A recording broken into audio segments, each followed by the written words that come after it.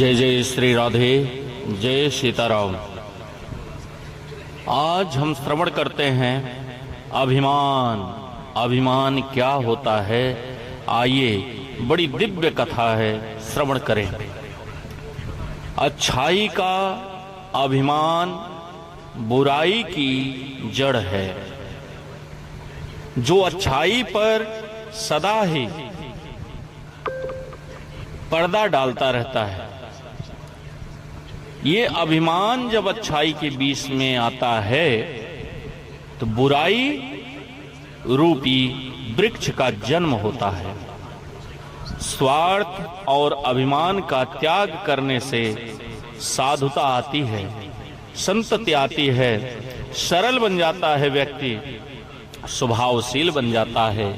अपनी बुद्धि अभिमान ही शास्त्रों की, संतों की बातों को अंतःकरण में टिकने नहीं देता है।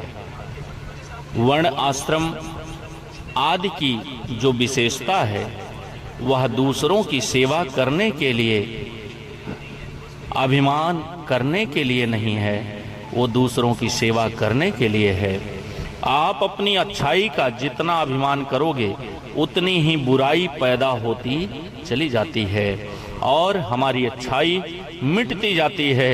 इसलिए अच्छे बनो पर अच्छाई का अभिमान मत करो। ज्ञान मुक्त करता है पर ज्ञान का अभिमान नरकों में ले जाता है, जो कहीं का नहीं छोड़ता है।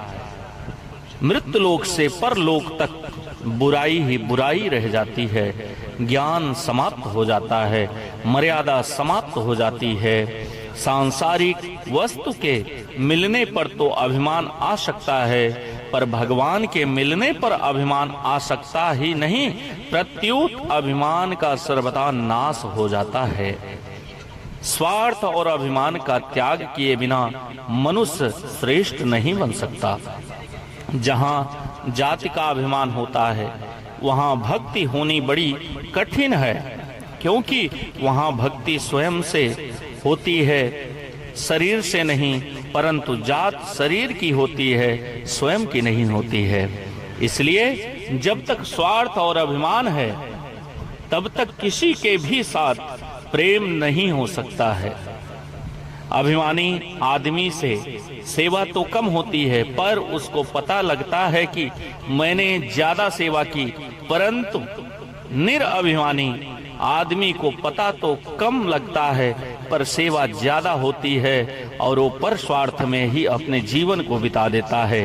बुद्धिमानी का अभिमान मूर्खता से पैदा होता है। जो चीज अपनी है उसका अभिमान नहीं होता और जो चीज अपनी नहीं है उसका भी अभिमान नहीं होता। अभिमान उस चीज का होता है जो अपनी नहीं है पर उसको अपनी मान लिया जाए तो अभिमान कहलाता है।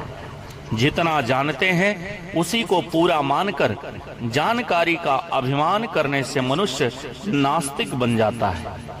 जितना जानते हैं उसमें संतोष न करने से तथा जानकारी का अभाव खटकने से मनुष्य जिज्ञासु बन जाता है। जिन संप्रदाय, मत, सिद्धांत, ग्रंथ, व्यक्ति आदि में अपने स्वार्थ और अभिमान के त्याग की मुख्यता रहती है वह महान श्रेष्ठ हो जाते हैं, परंतु जिनमें अपने स्वार्थ और अभिमान की मुख्यता रहती है वह महान निकृष्ट होते हैं। जय श्री राधे, जय सीताराम, जय सीताराम।